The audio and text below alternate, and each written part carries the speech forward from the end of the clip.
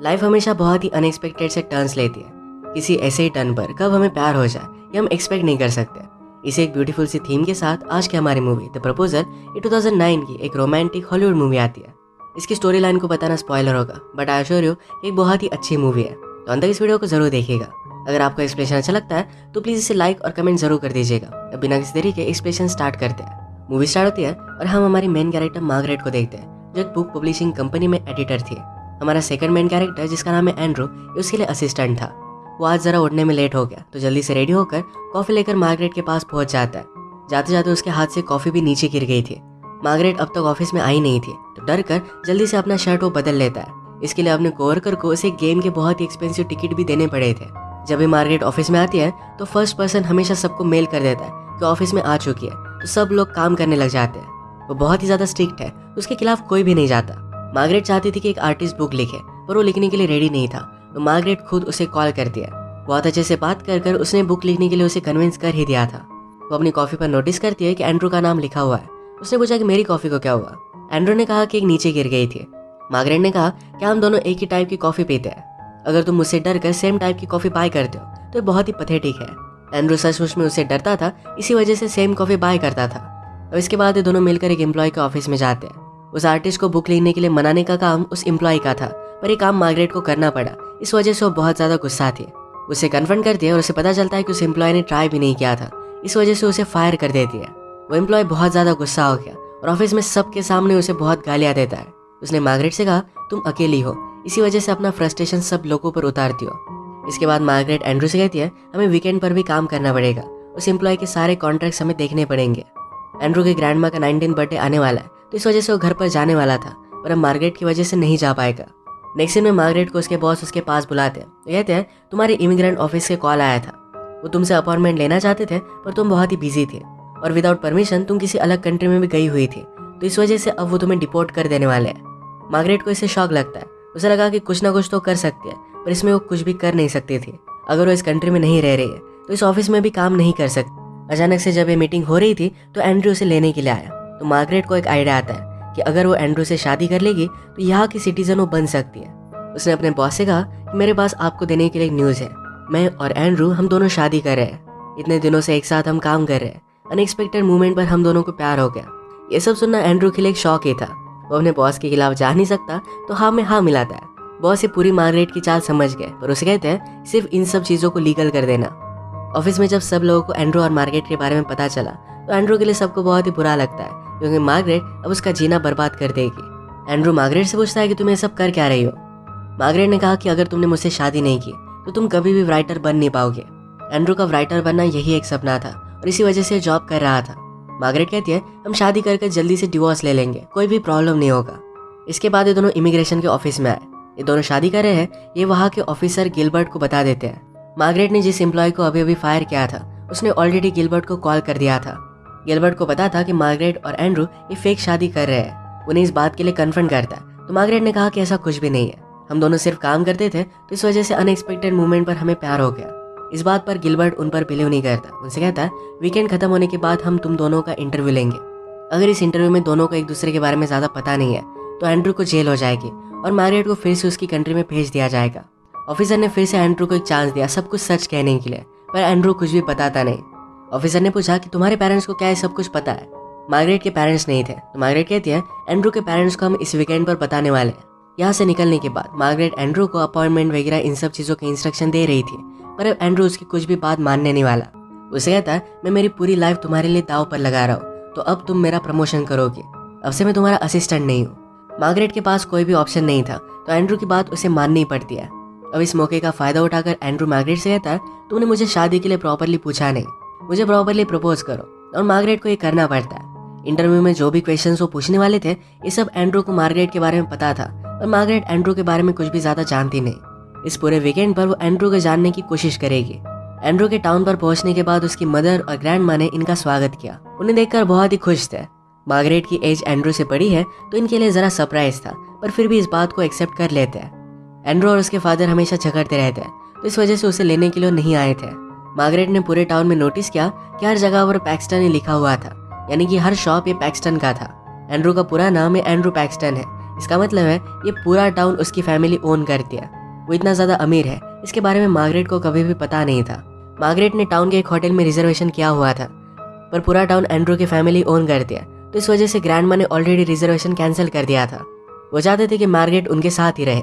ये फिर बोट पर बैठकर एक आइलैंड पर जाते हैं और वहीं पर उनका घर था। बेचारी मार्गरेट पानी से बहुत ज़्यादा डरती थी, तो इस वजह से जैकेट पहनकर ही बोट पर बैठी। मार्गरेट ने एंड्रू से पूछा कि तुमने मुझे बताया क्यों नहीं कि तुम इतने ज़्यादा अमीर हो। एंड्रू ने कहा कि मेरी फैमिली रिच है, मैं नहीं हूँ। जब एक घर पर पहुंचे तो इनके लिए एक बड़ी पार्टी रखी गई थी। मार्गरेट एंड्रू के फादर से मिलती है। मार्गरेट जो भी काम करती है इस प्रोफेशन को थोड़ा सा भी रिस्पेक्ट नहीं करते, उन्हें इसके बारे में ज़्यादा पता भी नहीं था।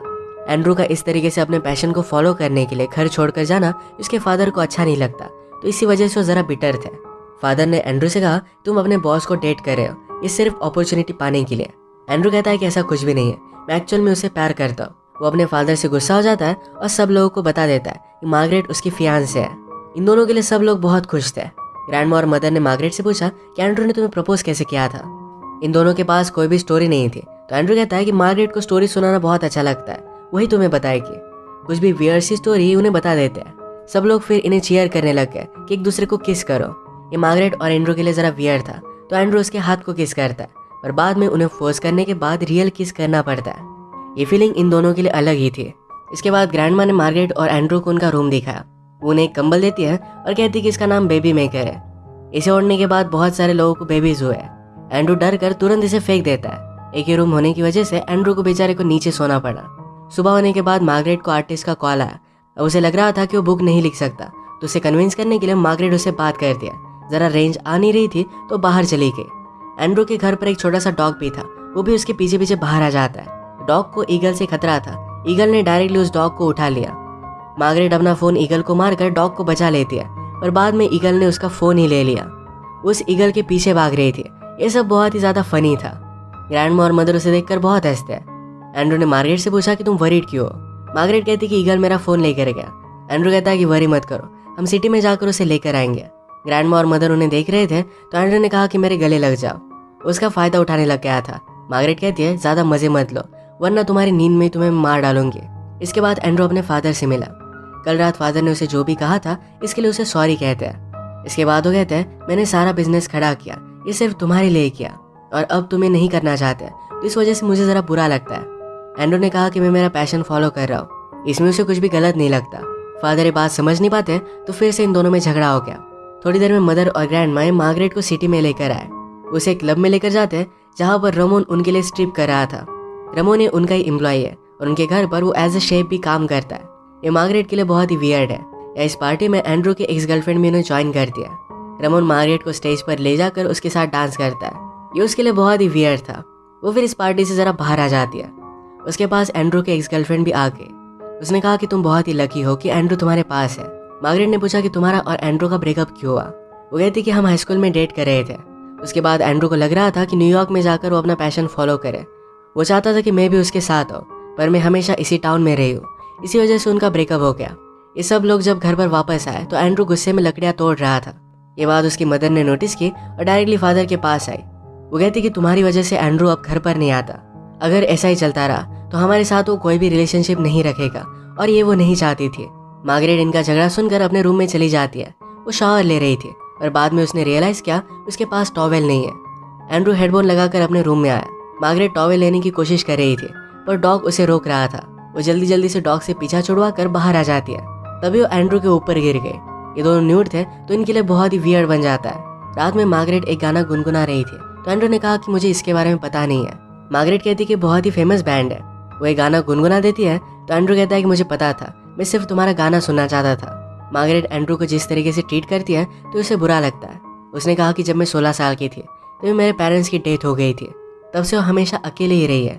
इस वजह से कभी भी उसकी लॉन्ग टर्म कोई भी रिलेशनशिप रही नहीं। एंड्रू को भी उसके लिए बुरा लगता है। सुबह होने पर मदर इनके लिए ब्रेकफास्ट लेकर आए, तो जल्दी से एंड्रू मार्गरेट के बेड में आ गया। मदर के पीछे पीछे फादर भी आए। उनसे पूछते हैं कि अगर तुम दोनों शादी करने वाले हो तो इसे वीकेंड पर कर लो, ग्रैंड माँ को भी बहुत अच्छा लगेगा। पहले तो ये मना कर रहे थे, पर बाद में ग्रैंड माँ भी आके वो कहती है कि अगर मेरी डेथ हो गई तो मैं तुम्हारी शादी देख नहीं पाऊंगी। इस इमोशनल ब्लैकमेल की वजह से दोनों मान जाते हैं। सब जाने के बाद बेचारे एंड्रू को बहुत ही बुरा लगा। वो मार्गरेट से कहता है कि अगर सबको सच के बारे में पता चला तो बहुत ही बुरा होगा। मार्गरेट कहती कि ऐसा कुछ भी नहीं होगा, हम थोड़ी देर में डिवोर्स ले लेंगे और बाद में तुम उन्हें बता देना। वो एंड्रू का सहारा देते हुए उसके पास आ गई थी। ये दोनों करीब आने लग गए थे। ये बात मार्गरेट रियलाइज कर वहाँ से चली जाती है। वो अकेली बाइसिकल राइड करने के लिए गई। वो अपने आप से कह रही थी, ये ज़्यादा इमोशनल मत बनो, ये सिर्फ एक बिजनेस डील है। इसके बाद एंड्रू और मार्गरेट शॉपिंग करने के लिए टाउन में आए। टाउन में मार्गरेट अपने ईमेल जब चेक कर रही थी तब वो एंड्रू को उसके एक्स गर्लफ्रेंड से बात करता देखती है। मार्गरेट ने एंड्रू से पूछा, तुम्हारी एक्स से मिलना क्या तुम्हें अच्छा लगा? एंड्रू कहता है कि ठीक ठाक था। वो कंफर्म करना चाहती थी कि क्या एंड्रू अब भी अपने एक्स को लाइक करता है, पर एंड्रू अब उसे लाइक नहीं करता था। टाउन में ग्रैंडमा और मदर इन दोनों से मिल जाते हैं और मार्गरेट को एक शॉप में लेकर गए। ग्रैंडमा उसे एक वेडिंग ड्रेस देती है, कहती है मेरी शादी भी इसमें ही हुई थी, मैं चाहती हूँ कि तुम अपनी शादी में भी यही पहनो। ग्रैंडमा ने मार्गरेट को एक नेकलेस दिया, कहा कि 150 ईयर्स से ये नेकलेस हमारी फैमिली में है। मार्गरेट ये सुनकर जरा इमोशनल हो जाती है। इतना प्यार कभी भी किसी ने उसे किया नहीं था। ग्रैंडमा ने उसे फोर्स किया, कहती है तुम इसमें बहुत ही ब्यूटीफुल लग रही हो, तुम्हें लेना ही पड़ेगा। इन सब बातों की वजह से मार्गरेट डिस्टर्ब हो गए। वो एंड्रू के साथ बोट में चढ़कर जल्दी से आगे चली जाती है।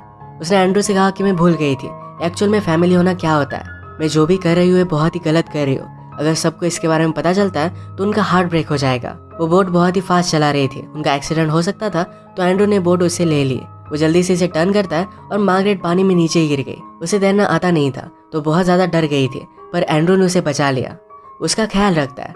ये दोनों जब घर पर आए तो एंड्रू के फादर के साथ इमिग्रेशन का ऑफिसर गिलबर्ट भी था। गिलबर्ट ने फादर को सब कुछ बात बता दी थी। फादर ने गिलबर्ट को पैसे दे दिए थे। इस वजह से एंड्रू से कहता है कि अब भी अगर तुम सब कुछ सच सच बता दो तुम्हें कोई भी जेल नहीं होगी। एंड्रू कहता है कि हम सच में एक दूसरे से प्यार करते हैं और वहाँ से वो चला गया। मार्गरेट ने कहा कि तुम मेरे लिए सब कुछ कर क्यों रहे हो? एंड्रू कहता है कि अगर मेरी जगह पर तुम होती तुम भी यही करती। शाम में इनके पास ग्रैंडमा आई और मार्गरेट को अपने रूम में लेकर जाती है। कहती है कल वेडिंग नाइट है तो आज रात तुम दोनों को एक साथ नहीं सोना है। डायरेक्टली अगले दिन वेडिंग की सारी तैयारी हो गई थी। इनकी वेडिंग सेरेमनी स्टार्ट होती है। वेडिंग के वक्त मार्गरेट को बहुत ही बुरा लगता है। इस तरीके से वो सब लोगों को बेवकूफ़ नहीं बना सकती। उसने वेडिंग रोक दी और सब लोगों को सब कुछ सच सच बता दिया। एंड्रू उसके पीछे पीछे रूम में आया। उसने एंड्रू के लिए एक लेटर लिखा था। वो कहती है कि तुमने जो बुक लिखी है ये एक्चुअल में बहुत ही अमेजिंग है। तुम मेरे एक अच्छे असिस्टेंट थे तो इस वजह से मैंने तुम्हारी बुक पब्लिश नहीं की थी, पर अब मैं जाने से पहले तुम्हारी बुक पब्लिश कर दूंगी। तुम बहुत ही अमेजिंग हो और अच्छी लाइफ जीना। एंड्रू के पीछे पीछे उसकी एक्स गर्लफ्रेंड भी आई। एंड्रू कहता है कि मार्गरेट पर बहुत ज़्यादा गुस्सा हो, उसने मेरा जीना हराम करके रखा है। एक्स गर्लफ्रेंड को पता था कि एंड्रू मार्गरेट से बहुत ही प्यार करता है तो उसे पूछती है क्या तुम उसे ऐसे ही जाने दोगे? एंड्रू फिर जल्दी जल्दी निकलने लग गया। उसके फादर उसे रोकते हैं और कहते हैं कि तुम कर क्या रहे हो? फादर और एंड्रू में झगड़ा स्टार्ट हो जाता है। तभी ग्रैंडमा को हार्ट अटैक आने लग गया। वो जल्दी से उसे प्लेन में बिठाकर हॉस्पिटल में लेकर जा रहे थे। ग्रैंडमा फादर और एंड्रू से कहती है तुम दोनों का वे ऑफ थिंकिंग बहुत ही अलग अलग है, पर तुम दोनों फैमिली हो तो इस वजह से तुम्हें झगड़ना नहीं चाहिए। मेरे मरने से पहले मुझे तुम प्रॉमिस करो कि कभी भी नहीं झगड़ोगे। ये दोनों प्रॉमिस करते हैं। तभी ग्रैंडमा उठकर खड़ी हो गई। उसे हार्ट अटैक आया ही नहीं था। उसने फिर पायलट से कहा कि जल्दी से हमें एयरपोर्ट पर लेकर चलो। ये सब लोग जब तक एयरपोर्ट पर पहुंचे तब तक बहुत ही लेट हो चुका था। ऑलरेडी मार्गरेट वहाँ से चली गई थी। ग्रैंडमा और मदर को बहुत ही बुरा लगता है। फादर ने पूछा कि ये सब हो क्या रहा है। मदर कहती कि मार्गरेट भी एंड्रू से प्यार करती है, उसे हर्ट नहीं करना चाहती थी तो इसी वजह से वो चली गई। और इसके बाद हम फिर से मार्गरेट को अपने ऑफिस में देखते हैं। वो अपना सब सामान लेकर यहाँ से जा रही थी तो एंड्रू वहाँ पर आ गया। एंड्रू से कहता है इतने साल मैंने तुम्हारे साथ काम किया, मुझे हमेशा लगता था कि तुम्हें मार डालो। अब जब मैं तुम्हें जानने लग गया हूँ तो तुम मुझे बहुत ही अच्छी लगती हो, तुमसे प्यार करता हूँ। हमारे बीच जो भी हुआ ये बहुत ही यूनिक था। मार्गरेट कहती कि मुझसे प्यार करना है बहुत ही हार्ड होगा। एंड्रू कहता है कि रिलेशनशिप हार्ड होती है। ये दोनों फिर एक दूसरे को किस कर लेते हैं और इसके लिए रेडी थे। इसके बाद हम इनकी इमिग्रेशन की इंटरव्यू देख सकते हैं जो सक्सेसफुल हुए और इन्होंने शादी कर ली। इसी के साथ इस मूवी की स्वीट सी एंडिंग हो जाती है। अगर आपको वीडियो अच्छा लगा तो प्लीज़ इसे लाइक और कमेंट जरूर कर दीजिएगा। मैं बहुत सारी मूवीज़ लेकर आता रहता हूँ तो प्लीज़ इस चैनल को सब्सक्राइब कर दीजिए और बेल नोटिफिकेशन आइकन दबाना मत भूलिएगा। फिर से मिलेंगे और एक नई मूवी के साथ। तब तक के लिए थैंक यू और आप अपने आप का ख्याल रखिए। लाइफ हमेशा बहुत ही अनएक्सपेक्टेड से टर्न्स लेती है। किसी ऐसे ही टर्न पर कब हमें प्यार हो जाए ये हम एक्सपेक्ट नहीं कर सकते। इसे एक ब्यूटीफुल सी थीम के साथ आज की हमारी मूवी द प्रपोजल ये 2009 की एक रोमांटिक हॉलीवुड मूवी आती है। इसकी स्टोरी लाइन को बताना स्पॉइलर होगा, बट आई एश्योर यू एक बहुत ही अच्छी मूवी है, तो अंदर इस वीडियो को जरूर देखिएगा। अगर आपको एक्सप्लेनेशन अच्छा लगता है तो प्लीज़ इसे लाइक और कमेंट जरूर कर दीजिएगा। अब बिना किसी देरी के एक्सप्लेनेशन स्टार्ट करते हैं। मूवी स्टार्ट होती है और हम हमारी मेन कैरेक्टर मार्गरेट को देखते हैं जो एक बुक पब्लिशिंग कंपनी में एडिटर थी। हमारा सेकंड मेन कैरेक्टर जिसका नाम है एंड्रू ये उसके लिए असिस्टेंट था। वो आज ज़रा उठने में लेट हो गया तो जल्दी से रेडी होकर कॉफ़ी लेकर मार्गरेट के पास पहुंच जाता है। जाते जाते उसके हाथ से कॉफ़ी भी नीचे गिर गई थी। मार्गरेट अब तक ऑफिस में आई नहीं थी तो डर कर जल्दी से अपना शर्ट वो बदल लेता है। इसके लिए अपने कोवर्कर को उसे गेम के बहुत ही एक्सपेंसिव टिकट भी देने पड़े थे। जब भी मार्गरेट ऑफिस में आती है तो फर्स्ट पर्सन हमेशा सबको मेल कर देता है कि ऑफिस में आ चुकी है, तो सब लोग काम करने लग जाते हैं। वो बहुत ही ज़्यादा स्ट्रिक्ट है, उसके खिलाफ कोई भी नहीं जाता। मार्गरेट चाहती थी कि एक आर्टिस्ट बुक लिखे, पर वो लिखने के लिए रेडी नहीं था, तो मार्गरेट खुद उसे कॉल करती है। बहुत अच्छे से बात कर कर उसने बुक लिखने के लिए उसे कन्विंस कर ही दिया था। वो अपनी कॉफ़ी पर नोटिस करती है कि एंड्रू का नाम लिखा हुआ है। उसने पूछा कि मेरी कॉफ़ी को क्या हुआ। एंड्रू ने कहा कि एक नीचे गिर गई थी। मार्गरेट ने कहा कि हम दोनों एक ही टाइप की कॉफ़ी पीते हैं, अगर तुम मुझसे डर कर सेम टाइप की कॉफ़ी बाय करते हो तो ये बहुत ही पथेटिक है। एंड्रू सचमुच में उससे डरता था, इसी वजह से सेम कॉफ़ी बाय करता था। और इसके बाद ये दोनों मिलकर एक एम्प्लॉय के ऑफिस में जाते हैं। उस आर्टिस्ट को बुक लिखने के लिए मनाने का काम उस एम्प्लॉय का था, पर ये काम मार्गरेट को करना पड़ा। इस वजह से वो बहुत ज़्यादा गुस्सा थी। उसे कन्फ्रंट करती है और उसे पता चलता है कि उस एम्प्लॉय ने ट्राई भी नहीं किया था, इस वजह से उसे फायर कर देती है। वो एम्प्लॉय बहुत ज़्यादा गुस्सा हो गया और ऑफिस में सबके सामने उसे बहुत गालियाँ देता है। उसने मार्गरेट से कहा तुम अकेली हो, इसी वजह से अपना फ्रस्ट्रेशन सब लोगों पर उतारती हो। इसके बाद मार्गरेट एंड्रू से कहती है हमें वीकेंड पर भी काम करना पड़ेगा, उस एम्प्लॉय के सारे कॉन्ट्रैक्ट्स हमें देखने पड़ेंगे। एंड्रू के ग्रैंडमा का 19 बर्थडे आने वाला है, तो इस वजह से वो घर पर जाने वाला था, पर अब मार्गरेट की वजह से नहीं जा पाएगा। नेक्स्ट दिन में मार्गरेट को उसके बॉस उसके पास बुलाते हैं। वो कहते हैं तुम्हारे इमिग्रेंट ऑफिस से कॉल आया था, वो तुमसे अपॉइंटमेंट लेना चाहते थे, पर तुम बहुत ही बिजी थे और विदाउट परमिशन तुम किसी अलग कंट्री में भी गई हुई थी, तो इस वजह से अब वो तुम्हें डिपोर्ट कर देने वाले हैं। मार्गरेट को इससे शॉक लगता है। उसे लगा कि कुछ ना कुछ तो कर सकती है, पर इसमें वो कुछ भी कर नहीं सकती थी। अगर वो इस कंट्री में नहीं रह रही है तो इस ऑफिस में भी काम नहीं कर सकती। अचानक से जब ये मीटिंग हो रही थी तो एंड्रू उसे लेने के लिए आया। तो मार्गरेट को एक आइडिया आता है कि अगर वो एंड्रू से शादी कर लेगी तो यहाँ की सिटीजन वो बन सकती है। उसने अपने बॉस से कहा कि मेरे पास आपको देने के लिए एक न्यूज़ है, मैं और एंड्रू हम दोनों शादी कर रहे हैं। इतने दिनों से एक साथ हम काम कर रहे हैं, अनएक्सपेक्टेड मूवमेंट पर हम दोनों को प्यार हो गया। ये सब सुनना एंड्रू के लिए एक शौक ही था। वो अपने बॉस के खिलाफ जा नहीं सकता, तो हाँ में हाँ मिलाता है। बॉस ये पूरी मार्गरेट की चाल समझ गए, पर उसे कहते हैं सिर्फ इन सब चीज़ों को लीगल कर देना। ऑफिस में जब सब लोगों को एंड्रू और मार्गरेट के बारे में पता चला तो एंड्रू के लिए सबको बहुत ही बुरा लगता है, क्योंकि मार्गरेट अब उसका जीना बर्बाद कर देगी। एंड्रू मार्गरेट से पूछता है कि तुम ये सब कर क्या रही हो। मार्गरेट ने कहा कि अगर तुमने मुझसे शादी नहीं की तो तुम कभी भी राइटर बन नहीं पाओगे। एंड्रू का राइटर बनना यही एक सपना था और इसी वजह से जॉब कर रहा था। मार्गरेट कहती है हम शादी करके जल्दी से डिवोर्स ले लेंगे, कोई भी प्रॉब्लम नहीं होगा। इसके बाद ये दोनों इमिग्रेशन के ऑफिस में आए। ये दोनों शादी कर रहे हैं, ये वहाँ के ऑफिसर गिलबर्ट को बता देते हैं। मार्गरेट ने जिस एम्प्लॉय को अभी अभी फायर किया था उसने ऑलरेडी गिलबर्ट को कॉल कर दिया था। गिलबर्ट को पता था कि मार्गरेट और एंड्रू ये फेक शादी कर रहे हैं। उन्हें इस बात के लिए कन्फ्रंट करता है, तो मार्गरेट ने कहा कि ऐसा कुछ भी नहीं है, हम दोनों सिर्फ काम करते थे, तो इस वजह से अनएक्सपेक्टेड मूवमेंट पर हमें प्यार हो गया। इस बात पर गिलबर्ट उन पर बिलीव नहीं करता। उनसे कहता है वीकेंड खत्म होने के बाद हम तुम दोनों का इंटरव्यू लेंगे। अगर इस इंटरव्यू में दोनों को एक दूसरे के बारे में ज़्यादा पता नहीं है तो एंड्रू को जेल हो जाएगी और मार्गरेट को फिर से उसकी कंट्री में भेज दिया जाएगा। ऑफिसर ने फिर से एंड्रू को एक चांस दिया सब कुछ सच कहने के लिए, पर एंड्रू कुछ भी बताता नहीं।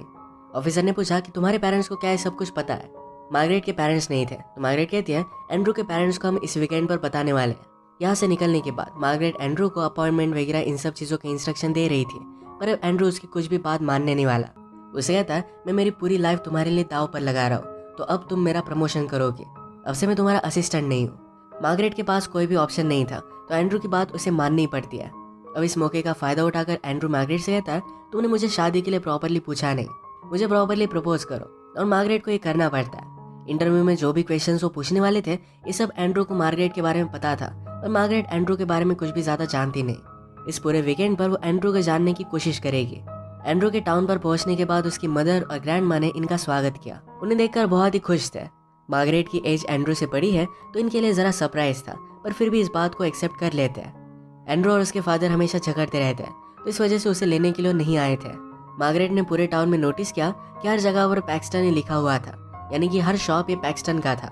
एंड्रू का पूरा नाम है एंड्रू पैक्सटन है, इसका मतलब है ये पूरा टाउन उसकी फैमिली ओन करती है। वो इतना ज़्यादा अमीर है, इसके बारे में मार्गरेट को कभी भी पता नहीं था। मार्गरेट ने टाउन के एक होटल में रिजर्वेशन किया हुआ था, पर पूरा टाउन एंड्रू की फैमिली ओन करती है, तो इस वजह से ग्रैंडमा ने ऑलरेडी रिजर्वेशन कैंसिल कर दिया था। वो चाहते थे कि मार्गरेट उनके साथ ही रहे। ये फिर बोट पर बैठकर एक आइलैंड पर जाते हैं और वहीं पर उनका घर था। बेचारी मार्गरेट पानी से बहुत ज़्यादा डरती थी, तो इस वजह से जैकेट पहनकर ही बोट पर बैठी। मार्गरेट ने एंड्रू से पूछा कि तुमने मुझे बताया क्यों नहीं कि तुम इतने ज़्यादा अमीर हो। एंड्रू ने कहा कि मेरी फैमिली रिच है, मैं नहीं हूँ। जब एक घर पर पहुंचे तो इनके लिए एक बड़ी पार्टी रखी गई थी। मार्गरेट एंड्रू के फादर से मिलती है। मार्गरेट जो भी काम करती है इस प्रोफेशन को थोड़ा सा भी रिस्पेक्ट नहीं करते, उन्हें इसके बारे में ज़्यादा पता भी नहीं था। एंड्रू का इस तरीके से अपने पैशन को फॉलो करने के लिए घर छोड़कर जाना उसके फादर को अच्छा नहीं लगता, तो इसी वजह से वो ज़रा बिटर थे। फादर ने एंड्रू से कहा तुम अपने बॉस को डेट कर रहे हो, ये सिर्फ अपॉर्चुनिटी पाने के लिए। एंड्रू कहता है कि ऐसा कुछ भी नहीं है, मैं एक्चुअल में उसे प्यार करता हूँ। वो अपने फादर से गुस्सा हो जाता है और सब लोगों को बता देता है कि मार्गरेट उसकी फियांसे है। इन दोनों के लिए सब लोग बहुत खुश थे। ग्रैंडमा और मदर ने मार्गरेट से पूछा कि एंड्रू ने तुम्हें प्रपोज कैसे किया था। इन दोनों के पास कोई भी स्टोरी नहीं थी, तो एंड्रू कहता है कि मार्गरेट को स्टोरी सुनाना बहुत अच्छा लगता है, वही तुम्हें बताएगी। कुछ भी वियर्ड सी स्टोरी उन्हें बता देते हैं। सब लोग फिर इन्हें चीयर करने लग गए कि एक दूसरे को किस करो। ये मार्गरेट और एंड्रू के लिए ज़रा वियर्ड था, तो एंड्रू उसके हाथ को किस करता है, पर बाद में उन्हें फोर्स करने के बाद रियल किस करना पड़ता है। ये फीलिंग इन दोनों के लिए अलग ही थी। इसके बाद ग्रैंडमा ने मार्गरेट और एंड्रू को उनका रूम दिखाया। वो उन्हें एक कंबल देती है और कहती है कि इसका नाम बेबी मेकर है। इसे ओढ़ने के बाद बहुत सारे लोगों को बेबीज हुए। एंड्रू डर कर तुरंत इसे फेंक देता है। एक ही रूम होने की वजह से एंड्रू को बेचारे को नीचे सोना पड़ा। सुबह होने के बाद मार्गरेट को आर्टिस्ट का कॉल आया। अब उसे लग रहा था कि वो बुक नहीं लिख सकता, तो उसे कन्विंस करने के लिए मार्गरेट उसे बात कर दिया। ज़रा रेंज आ नहीं रही थी तो बाहर चली गई। एंड्रू के घर पर एक छोटा सा डॉग भी था, वो भी उसके पीछे पीछे बाहर आ जाता है। डॉग को ईगल से खतरा था, ईगल ने डायरेक्टली उस डॉग को उठा लिया। मार्गरेट अपना फ़ोन ईगल को मारकर डॉग को बचा लेती है, पर बाद में ईगल ने उसका फ़ोन ही ले लिया। उस ईगल के पीछे भाग रही थी। ये सब बहुत ही ज़्यादा फनी था। ग्रैंडमा और मदर उसे देखकर बहुत हंसते हैं। एंड्रू ने मार्गरेट से पूछा कि तुम वरीड क्यों हो। मार्गरेट कहती कि ईगल मेरा फ़ोन लेकर गया। एंड्रू कहता है कि वरी मत करो, हम सिटी में जाकर उसे लेकर आएंगे। ग्रैंडमा और मदर उन्हें देख रहे थे, तो एंड्रू ने कहा कि मेरे गले लग जाओ। उसका फ़ायदा उठाने लग गया था। मार्गरेट कहती है ज़्यादा मज़े मत लो, वरना तुम्हारी नींद में तुम्हें मार डालूंगी। इसके बाद एंड्रू अपने फादर से मिला। कल रात फादर ने उसे जो भी कहा था इसके लिए उसे सॉरी कहते हैं। इसके बाद वो कहते हैं मैंने सारा बिजनेस खड़ा किया, ये सिर्फ तुम्हारे लिए किया, और अब तुम्हें नहीं करना चाहते, तो इस वजह से मुझे ज़रा बुरा लगता है। एंड्रू ने कहा कि मैं मेरा पैशन फॉलो कर रहा हूँ, इसमें उसे कुछ भी गलत नहीं लगता। फादर ये बात समझ नहीं पाते, तो फिर से इन दोनों में झगड़ा हो गया। थोड़ी देर में मदर और ग्रैंडमा मार्गरेट को सिटी में लेकर आए। उसे एक क्लब में लेकर जाते हैं जहाँ पर रमोन उनके लिए स्ट्रिप कर रहा था। रमोन ये उनका ही एम्प्लॉय है और उनके घर पर वो एज ए शेफ भी काम करता है। ये मार्गरेट के लिए बहुत ही वियर्ड है। या इस पार्टी में एंड्रू के एक्स गर्लफ्रेंड भी उन्हें ज्वाइन कर दिया। रमोन मार्गरेट को स्टेज पर ले जाकर उसके साथ डांस करता है। ये उसके लिए बहुत ही वियर्ड था। वो फिर इस पार्टी से ज़रा बाहर आ जाती है। उसके पास एंड्रू के एक्स गर्लफ्रेंड भी आ गई। उसने कहा कि तुम बहुत ही लकी हो कि एंड्रू तुम्हारे पास है। मार्गरेट ने पूछा कि तुम्हारा और एंड्रू का ब्रेकअप क्यों हुआ। वो कहती कि हम हाई स्कूल में डेट कर रहे थे। उसके बाद एंड्रू को लग रहा था कि न्यूयॉर्क में जाकर वो अपना पैशन फॉलो करे। वो चाहता था कि मैं भी उसके साथ हूँ, पर मैं हमेशा इसी टाउन में रही हूँ, इसी वजह से उनका ब्रेकअप हो गया। ये सब लोग जब घर पर वापस आए तो एंड्रू गुस्से में लकड़ियाँ तोड़ रहा था। ये बात उसकी मदर ने नोटिस की और डायरेक्टली फादर के पास आई। वो कहती कि तुम्हारी वजह से एंड्रू अब घर पर नहीं आता। अगर ऐसा ही चलता रहा तो हमारे साथ वो कोई भी रिलेशनशिप नहीं रखेगा, और ये वो नहीं चाहती थी। मार्गरेट इनका झगड़ा सुनकर अपने रूम में चली जाती है। वो शावर ले रही थी, पर बाद में उसने रियलाइज़ किया उसके पास टॉवेल नहीं है। एंड्रू हेडफोन लगाकर अपने रूम में आया। मार्गरेट टॉवेल लेने की कोशिश कर रही थी, पर डॉग उसे रोक रहा था। वो जल्दी जल्दी से डॉग से पीछा छुड़वा कर बाहर आ जाती है। तभी वो एंड्रू के ऊपर गिर गई। ये दोनों न्यूड थे, तो इनके लिए बहुत ही वियर्ड बन जाता है। रात में मार्गरेट एक गाना गुनगुना रही थी, तो एंड्रू ने कहा कि मुझे इसके बारे में पता नहीं है। मार्गरेट कहती कि बहुत ही फेमस बैंड है।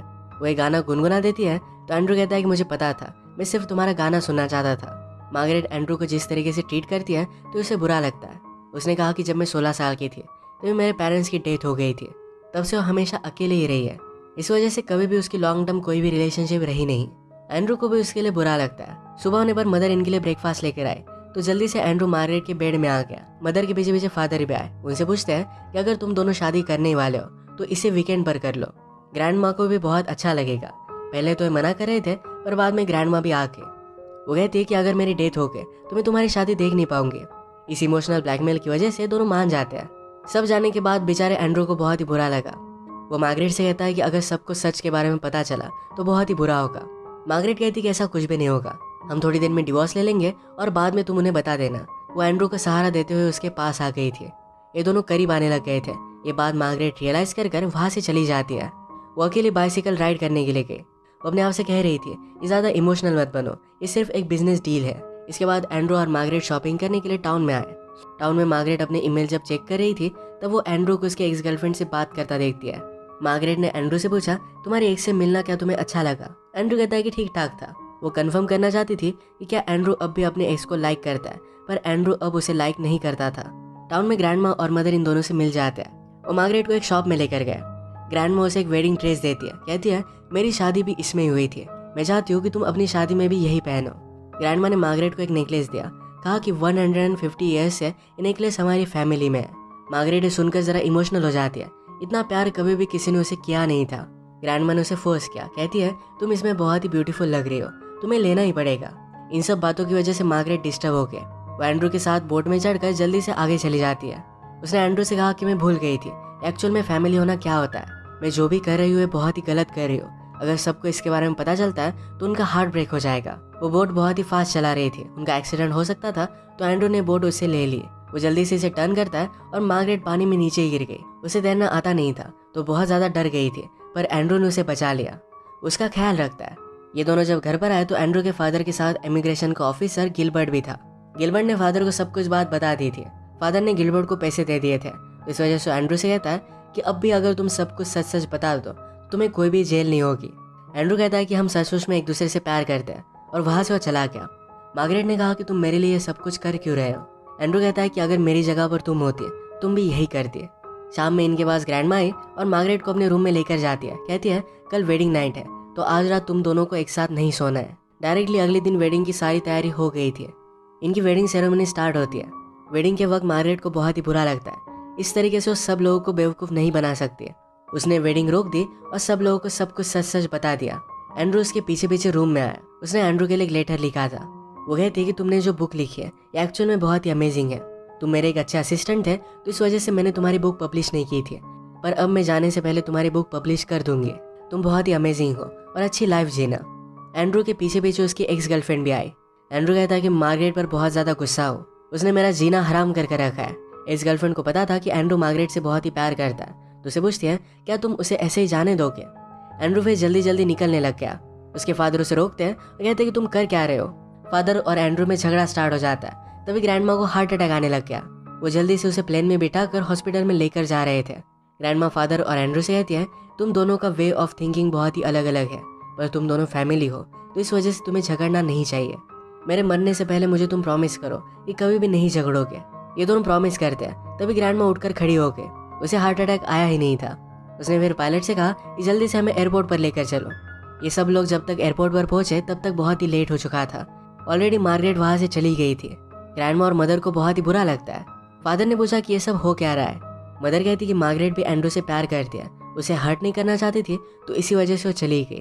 और इसके बाद हम फिर से मार्गरेट को अपने ऑफिस में देखते हैं। वो अपना सब सामान लेकर यहाँ से जा रही थी तो एंड्रू वहाँ पर आ गया। एंड्रू से कहता है इतने साल मैंने तुम्हारे साथ काम किया, मुझे हमेशा लगता था कि तुम्हें मार डालो। अब जब मैं तुम्हें जानने लग गया हूँ तो तुम मुझे बहुत ही अच्छी लगती हो, तुमसे प्यार करता हूँ। हमारे बीच जो भी हुआ ये बहुत ही यूनिक था। मार्गरेट कहती कि मुझसे प्यार करना है बहुत ही हार्ड होगा। एंड्रू कहता है कि रिलेशनशिप हार्ड होती ही है। ये दोनों फिर एक दूसरे को किस कर लेते हैं और इसके लिए रेडी थे। इसके बाद हम इनकी इमिग्रेशन की इंटरव्यू देख सकते हैं जो सक्सेसफुल हुए और इन्होंने शादी कर ली। इसी के साथ इस मूवी की स्वीट सी एंडिंग हो जाती है। अगर आपको वीडियो अच्छा लगा तो प्लीज़ इसे लाइक और कमेंट जरूर कर दीजिएगा। मैं बहुत सारी मूवीज़ लेकर आते रहता हूँ, तो प्लीज़ इस चैनल को सब्सक्राइब कर दीजिए और बेल नोटिफिकेशन आइकन दबाना मत भूलिएगा। फिर से मिलेंगे और एक नई मूवी के साथ। तब तक के लिए थैंक यू और आप अपने आप का ख्याल रखिए।